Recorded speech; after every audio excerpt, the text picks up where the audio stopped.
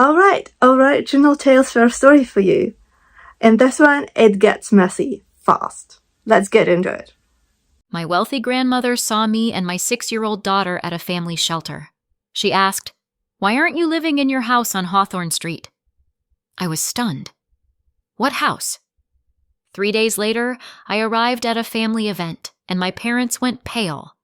If you've never tried to get a 6-year-old ready for school while living in a family shelter, I can summarize the experience for you. It's like running a small airport. Except the passengers are emotional, the security line is shame, and you're doing it all with one sock missing. That morning, Lila's sock was the one missing.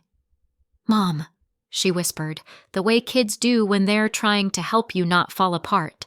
"It's okay. I can wear different socks." She held up one pink sock with a unicorn and one white sock that used to be white. I stared at them like they were evidence in a crime scene. "It's a bold fashion choice," I said. I do what I want."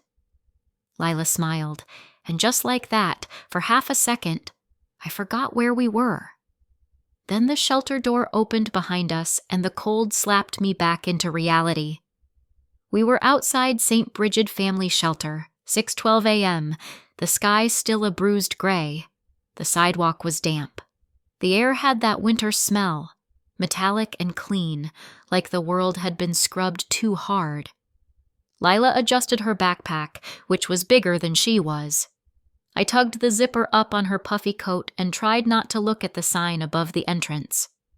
Family shelter. It wasn't even the word shelter that got me. It was the word family. Like we were a category, like we were a label on a box. "Okay," I said, forcing brightness into my voice. "School bus in 5 minutes. Lila nodded. She was brave in a quiet way that made me feel both proud and guilty at the same time. Then she asked softly, "Do I still have to say my address when Mrs. Cole asks?" My stomach clenched. "I don't think she'll ask today," I said. Lila didn't push. She just looked down at her shoes and then back up at me like she was memorizing my face, like she was checking if I was still me. "Mom," she said, "are we going to move again?" I opened my mouth and nothing came out. And that's when a black sedan slid to the curb like it belonged there. Not a taxi, not an Uber, not the kind of car that ever pulled up to St. Bridget unless it took a wrong turn and regretted it. The door opened, and a woman stepped out in a tailored coat the color of midnight. Evelyn Hart, my grandmother. I hadn't seen her in over a year. I knew that because my life had been measured in before everything fell apart and after. And she belonged firmly in before. She looked exactly the way she always did, composed, elegant, and slightly terrifying. Not in a cruel way, in an "I once ended a boardroom argument by raising one eyebrow" way. Her gaze landed on me first, and I saw recognition, then confusion. Then it landed on Lila. Something changed in her face, something quick and sharp, like a crack in glass. She looked up at the sign above the entrance, and then she looked back at me. "Maya," she said, and my name sounded strange in her voice, like she hadn't said it out loud in a long time. "What are you doing here?" My first instinct was to lie, not because I thought she'd judge me, because I couldn't stand being seen. "I'm fine," I said, which is the default lie of exhausted women everywhere. "We're okay. It's temporary." Evelyn's eyes flicked down to Lila's mismatched socks, and then to my hands, red and dry from too much sanitizer, too much cold, too much life. Her voice went quieter. "Maya," she said again, "why aren't you living in your house on Hawthorne Street?" The world tilted. I blinked at her. "My what?" She didn't repeat herself like she thought I was stupid. She repeated herself like she thought I might faint. "The house," she said, enunciating the words. "On Hawthorne Street." My heart started pounding so hard I could feel it in my throat. "What house?" I heard myself say. I don't have a house. Evelyn stared at me as if I'd spoken in another language. I could see the calculation behind her eyes. She was running numbers in her head. Timelines. Possibilities. Lies. Lila tugged my sleeve. Mom, she whispered. Do we have a house? I looked down at her. Her eyes were wide, hopeful in a way that hurt. I swallowed. No, honey, I said gently. We don't. Evelyn's face went very still, and when my grandmother went still, it usually meant something was about to break. She stepped closer, not to me, toward Lila. She crouched down in front of her, which was almost shocking. Evelyn Hart did not crouch for anyone. She sat in chairs that cost more than my monthly income and made everyone else adjust. But there she was, lowering herself to my daughter's height. You're Lila, right? She asked. Yes, Lila whispered shyly. Evelyn's expression softened just slightly. That's a beautiful name. Then her eyes lifted to mine and turned sharp again. Get in the car, she said. I blinked. Grandma, get in the car, she repeated, and there was no room in her tone for negotiation. I felt heat rush to my face. Anger, embarrassment, relief, everything tangled up. Evelyn opened the back door of the sedan. I hesitated. Lila looked up at me. Mom, she said, small and steady. It's okay. And the fact that my 6-year-old was comforting me was the final straw. I nodded. Okay.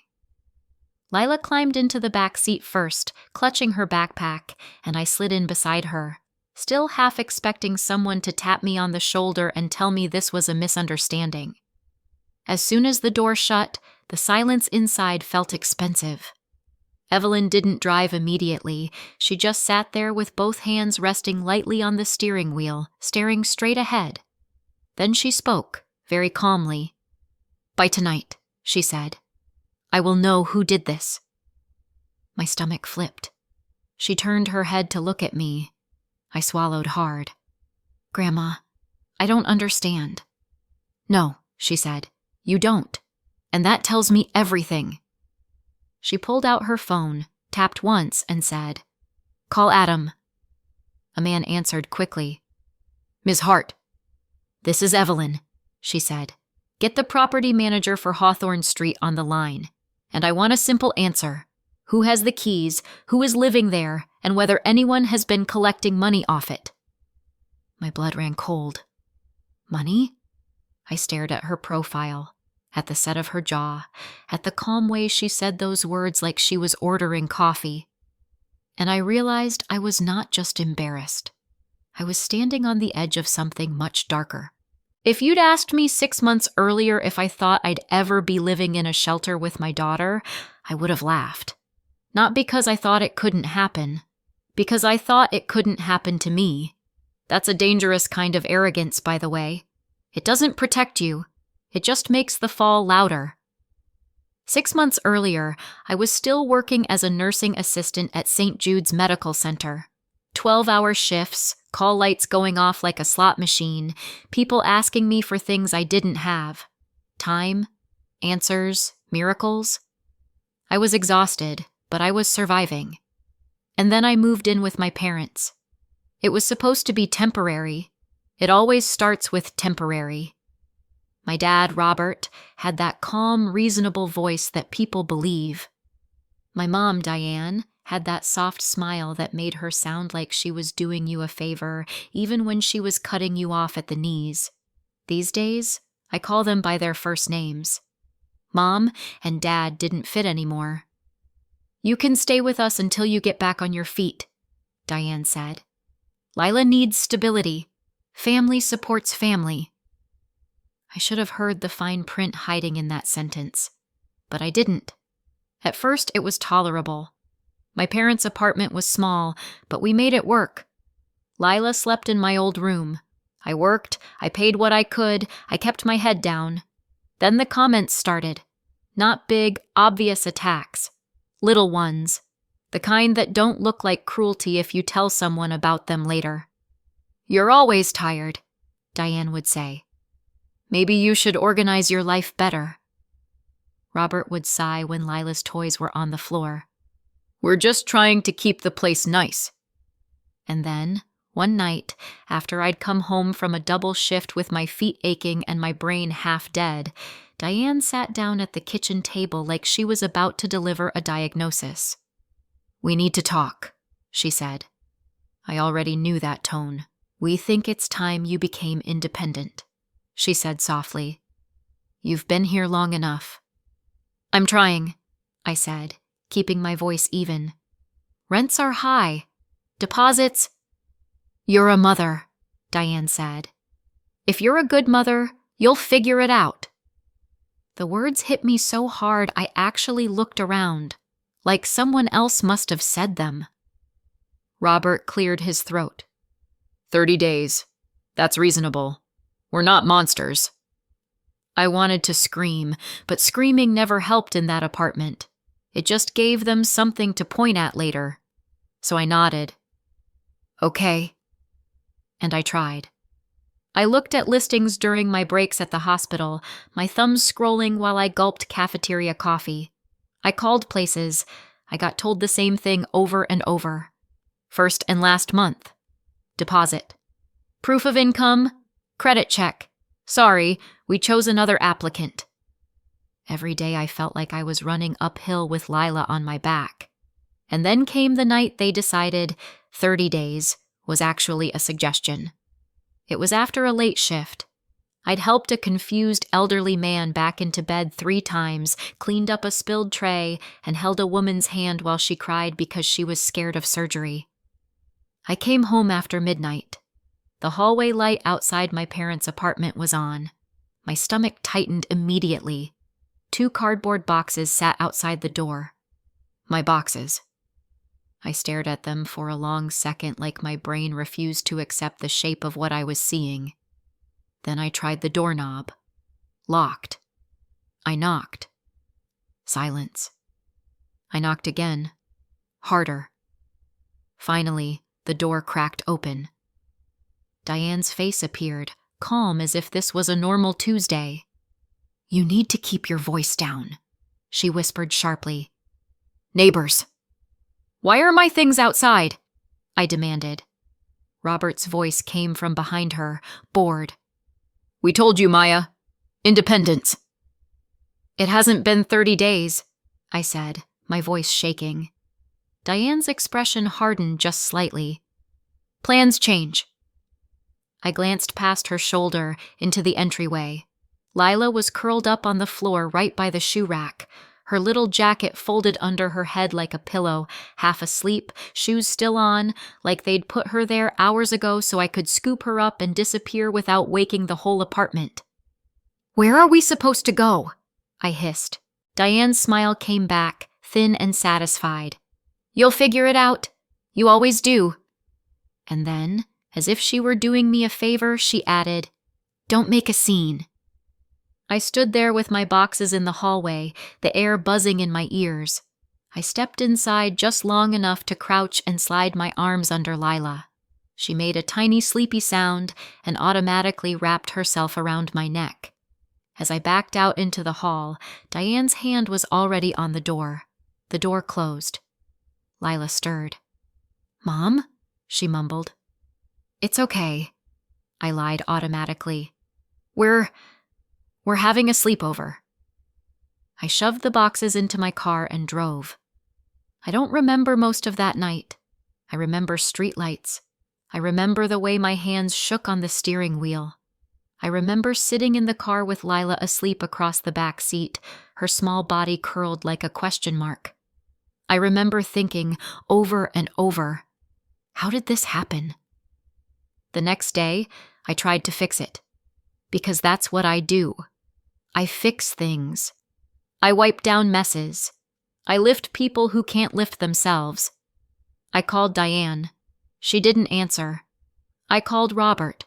He answered once. "We're doing this because we love you," he said, like he was reading from a script. "Tough love." Then he hung up. I went to work anyway, because the rent I didn't have wasn't going to pay itself. By day 3, my cheeks were hollow from stress and my stomach hurt from cheap gas station food. I tried a motel. 1 night. 2. Then the money ran out. A school counselor noticed Lila was quiet, asked if everything was okay. I lied. Then the counselor asked again, gently, and I saw Lila watching me with those big eyes, learning from me how to lie to survive. So I told the truth. And 2 days later, I was filling out shelter intake forms while Lila sat beside me swinging her legs. The intake worker was kind but tired, like she'd seen too much. "We need your information," she said. "We need to know where you stayed last night." "In my car," I said. She nodded like she was checking a box. Lila leaned toward me and whispered too loudly, "Is this our house now?" The woman flinched. I smiled too hard. "No," I said quickly. "No, sweetheart." I wanted to add, "This is temporary," but the word tasted like a joke. That night, Lila fell asleep on a narrow bed beside me in a room that smelled like bleach and overcooked food. I lay awake listening to the sounds of other families behind thin walls, coughing, babies crying, someone whispering, "It's okay," over and over like a prayer. My phone sat in my hand. I thought about calling my grandmother. Evelyn Hart was not the kind of woman you called to cry. She was the kind of woman you called when you needed a problem solved. But my mother had spent years training me not to bother her. "Your grandmother hates drama," Diane always said. "She doesn't like weakness. Don't embarrass yourself." And when I texted Diane after the lockout, asking if Evelyn knew what was happening, Diane responded instantly. "Grandma is overseas. She's busy. Don't drag her into this." It was incredible how fast my mother could answer a text when she wanted something. So I didn't call. I told myself I'd handle it. I told myself I didn't want to look pathetic. I told myself a lot of things. And then, on a cold winter morning, my grandmother stepped out of a black sedan outside a shelter and asked me why I wasn't living in my house on Hawthorne Street. And I realized I didn't just have a housing problem. I had a family problem, and someone had been lying for a long time. Back in the sedan, Evelyn's call was already in progress. I didn't hear the other voice, only Evelyn's side, sharp enough to cut glass. "Who signed for the keys?" A beat. "And the house is occupied." My stomach dropped. Evelyn didn't react like someone surprised. She reacted like someone confirming what she'd already suspected. "Send the file to Adam," she said. "Everything." She ended the call and finally looked at me, not with pity, with certainty. I sent one text to Lila's school with thumbs that wouldn't stop shaking. "Family emergency. Lila won't be in today. No explanation, no essay. Just the truth in the smallest, least humiliating package I could manage." Evelyn drove to a diner 10 minutes away, the kind of place with warm windows, a bell on the door, and menus that smelled like syrup. Inside, the heater blasted my face so hard I almost cried from the shock of being warm. We slid into a booth. Lila immediately found the kids' menu and started coloring a cartoon pancake like it had personally insulted her. Evelyn ordered hot chocolate for Lila without asking. I watched her do it and felt a weird wave of anger. Not at Evelyn, at the universe, because it was that easy to be kind, and my parents had chosen everything else. Evelyn lifted her phone again. "Grandma," I started, then stopped, because I had no idea what I was even asking. "What house? Why are you here? How did my life become a shelter sign?" Evelyn didn't answer my questions in the order my panic wanted. She just said calmly, "I'm going to make another call. You'll listen, and you won't interrupt." I nodded. It was the kind of nod you give a surgeon when you're on the operating table. She tapped the screen and put the phone on speaker, 1 ring. 2. Then my mother's voice. Diane. Bright and sweet, like she was auditioning for the role of loving parent in a community theater production. Evelyn! Oh my goodness. What a surprise. How are you? Evelyn's tone stayed pleasant, almost gentle. I was thinking about Maya, she said. How is she doing? I felt my stomach drop into my shoes. There was a microsecond of silence, the tiniest pause where a liar decides which version of reality is most useful. Then Diane answered smoothly, confidently, like she'd been practicing the sentence in front of a mirror. Oh, she's doing great, she said. She's living in the house. She's settled. She loves it. You know Maya. She wanted space, so we didn't bother you. I stared at the sticky table as if it might open up and swallow me whole. Across from me, Lila colored quietly, humming to herself. She didn't understand the words, but she understood tone. She glanced up once, saw my face, and went right back to coloring harder. Like she could scribble the problem away. Diane kept talking, filling the silence with cheerful nonsense. How busy she'd been, how proud she was, how family is everything. Evelyn let her. Evelyn didn't rush liars. She gave them room to hang themselves properly. Finally, Evelyn said, "That's good to hear," and ended the call. Just like that. No confrontation, no accusation, no gotcha. My throat tightened. That, Evelyn said quietly, wasn't confusion. I let out a laugh that sounded like a cough. So she knew, I said. She knew the whole time. Evelyn's eyes stayed on mine, steady and sharp. She knew enough to lie without thinking, she said. That tells me what I need to know. Lila slid her coloring page toward me.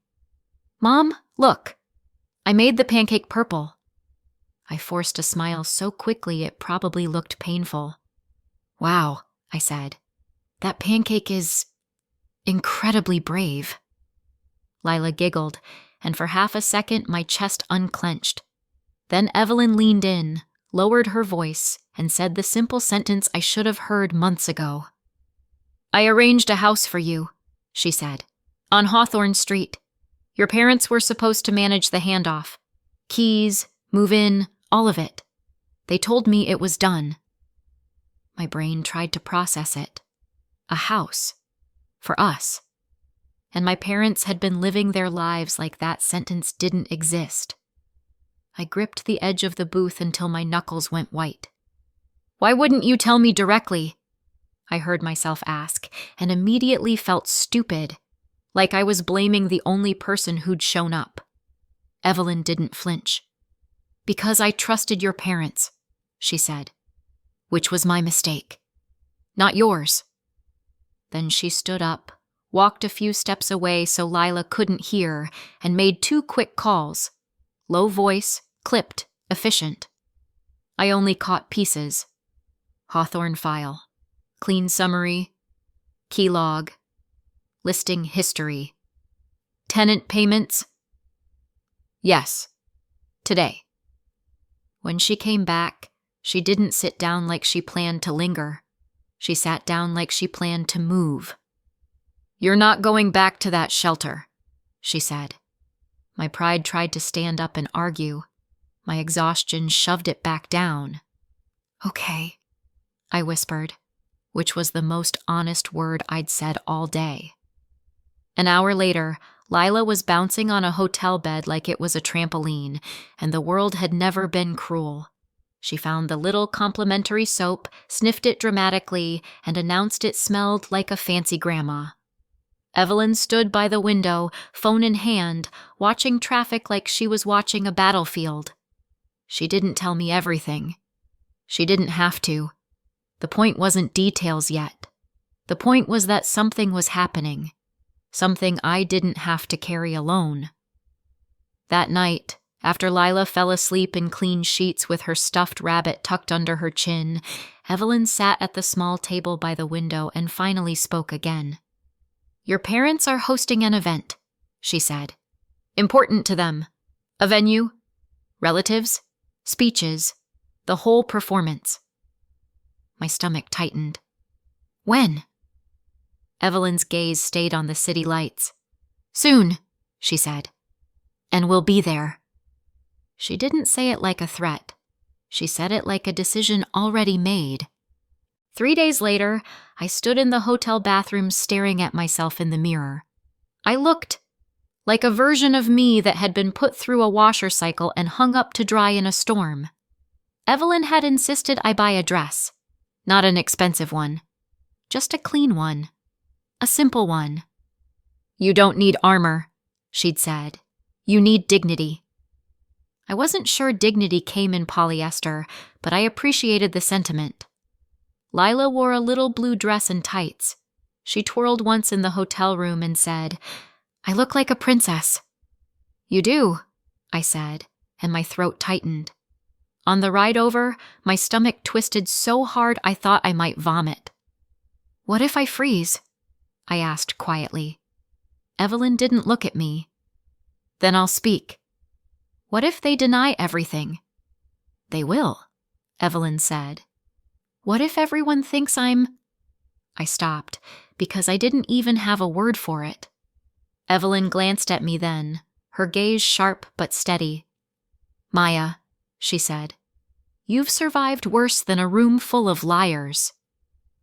The car pulled up outside a venue I'd never have picked in my life, one of those hotel event spaces with soft lighting and hard smiles. The sign by the entrance read, Hart Collins Family Dinner. Of course it did. My mother loved an event. Not because she liked people, because she liked witnesses. Inside, there were relatives I hadn't seen in months. Aunts, uncles, cousins, people with opinions and casseroles, except the casseroles had been replaced by catered hors d'oeuvres served on trays like tiny edible bribes. At the far end of the room, there was a projector screen set up and a microphone. Because my mother couldn't serve dinner without also serving a narrative. Before we went in, Evelyn stopped at a side door and spoke briefly to a staff member. A woman nodded and opened a small private room next to the banquet hall. Quiet, warm, stocked with water bottles and crackers. This is for Lila, Evelyn said. She doesn't need to be in the center of this. Lila took one cautious step into the room, then looked up at Evelyn seriously. Do I get snacks? Yes, Evelyn said. Good ones. Lila accepted that like it was legally binding. A trusted assistant stayed with her.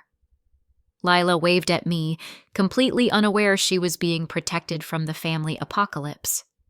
Then Evelyn looked at me. You go in first, she said. I knew what she was doing. Let them see me before they saw her. Let them panic in silence. I walked into the banquet room alone. The chatter softened, then resumed, the way people do when they sense something but don't want to be the first to acknowledge it. Then Diane saw me. Her smile appeared automatically, then glitched, like a bad Wi-Fi connection. Her eyes flicked over my dress, my posture, the fact that I wasn't wearing I'm drowning on my face anymore. Her hands tightened slightly around her wine glass. Robert noticed a second later. His laugh died halfway through. His jaw clenched like he was biting down on a thought. Neither of them moved toward me. They didn't ask where I'd been. They didn't ask how Lila was. They did what people do when they're trying to calculate danger. They smiled and waited. I stood near the edge of the room and let the silence do its work. Dry humor is sometimes the only thing that keeps you from screaming, so I let myself have one thought. Look at us. A family dinner. The kind where everyone pretends the most important thing is the seating arrangement. A minute later, the room temperature changed. Evelyn Hart entered, calm, unhurried, completely in control. Beside her was a man with a slim folder and a laptop bag, the kind of person who looked like he'd never raised his voice in his life because he didn't need to. Diane went pale. Not, oh, you surprised me, pale. More like, I just realized my entire plan has a hole in it, pale. Robert straightened his shoulders, the way he did when he wanted to look like the victim before anyone had accused him of anything. Evelyn nodded to a few relatives like she was simply attending dinner. Then she looked at my mother. "Diane," Evelyn said lightly, "before we eat, I'd like to clear up something you told me." My mother's smile tightened. "Of course, Mom." Evelyn's voice stayed calm. "You told me Maya was living in the house on Hawthorne Street," she said. The room quieted, not because everyone suddenly cared about Hawthorne Street, but because everyone suddenly cared about Diane's face. Diane's eyes darted. She set her glass down as if it had become heavy. "Well," she said, laughing too fast. "Yes, she—" Evelyn held up a hand. "Let's not do this with guessing," Evelyn said. "Let's do it with facts." She nodded to the man with the laptop. He stepped forward and plugged into the venue's projector like he'd done it 1,000 times. The first slide appeared, Hawthorne Street. Summary. A murmur ran through the room. Diane's mouth opened. Nothing came out. Evelyn didn't speak like she was giving a courtroom speech. She spoke like she was reading the weather. "This house was arranged for Maya and Lila," she said, and the screen showed a simple line to match. Next slide. "Keys released to Diane Hart Collins. July." Evelyn let that sit for half a second. Then another slide. A listing screenshot. The Hawthorne house marketed as a furnished rental. Photos of the living room, the kitchen, the bedroom. People leaned forward. Diane's hands started to shake. Next, a lease summary. Names blurred, dates visible. Tenants moved in, August. And then the slide that made the room go dead quiet. A payment instruction page from the property manager file. Rent payout account, provided by Diane and Robert. Evelyn's voice didn't rise. "Diane," she said, "you didn't just take the keys." She looked around the room, making sure everyone heard. "You rented out the home meant for my granddaughter and my great-granddaughter, and you had the rent sent to an account you controlled." Robert snapped first, loud, trying to take back the room. "This is inappropriate," he barked. "This is a family event." Evelyn turned her gaze to him. "Yes," she said. "That's why I'm doing it here." Diane found her voice, thin and frantic. "We were going to tell her," she said quickly. "It was temporary. We needed—" "Temporary," Evelyn repeated. Her eyes flicked toward the side room where Lila was, unseen but present. "You displaced a child," Evelyn said, and the room went still. She paused, just long enough, then finished the sentence. "For profit." Someone gasped. Someone whispered, "You've got to be kidding." Diane started crying, real tears this time. "We had debts," she sobbed. "You don't understand." Evelyn's expression didn't change. "I understand enough," she said. "And I'm done funding your choices." She turned slightly so everyone could hear and said simply, "Starting now, Diane and Robert receive nothing from me. No more help. No more transfers. No inheritance."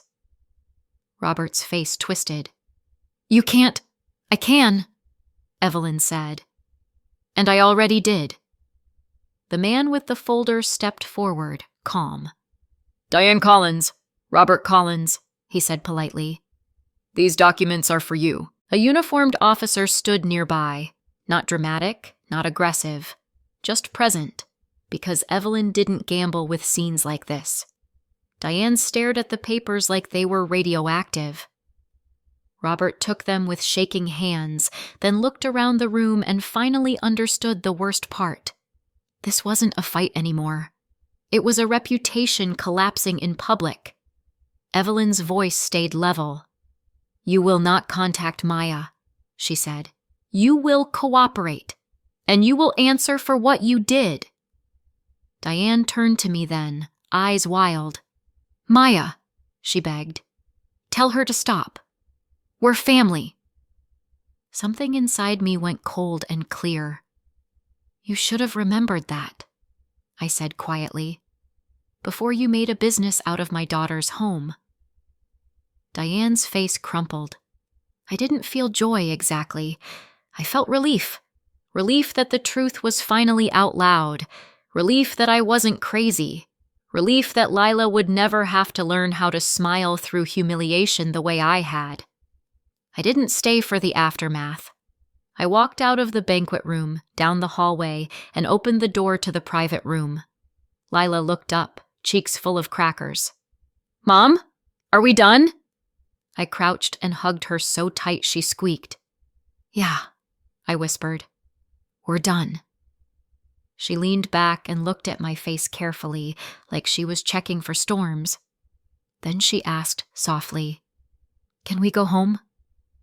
I swallowed hard. Yes, I said. We can. Evelyn met us in the hallway. She didn't look back at the room. She didn't need to. In the car, Lila leaned against my shoulder and fell asleep. I stared out the window, hands trembling. Grandma, I whispered. What happens now? Evelyn didn't take her eyes off the road. Now, she said, we take back what was meant for you. 6 months later, our life is boring in the best way. We live on Hawthorne Street now. Lila has her own room, her own curtains, and a crooked art gallery of drawings taped to the wall. She walks to school like the world has always been safe. That's the point. I'm still a nursing assistant. By choice, not because I'm stuck. I'm finishing my RN track one step at a time, and for the first time, my energy goes into the future instead of survival. Evelyn never paid for my life. She showed up when it mattered most, and she made sure no one could ever intercept help again. Sunday mornings, she visits with pastries and pretends she's only here to see Lila. Lila doesn't buy it. Grandma Evelyn, she'll ask, do you like our house? Evelyn always pauses like she's swallowing something heavy. Then she says, yes, I do.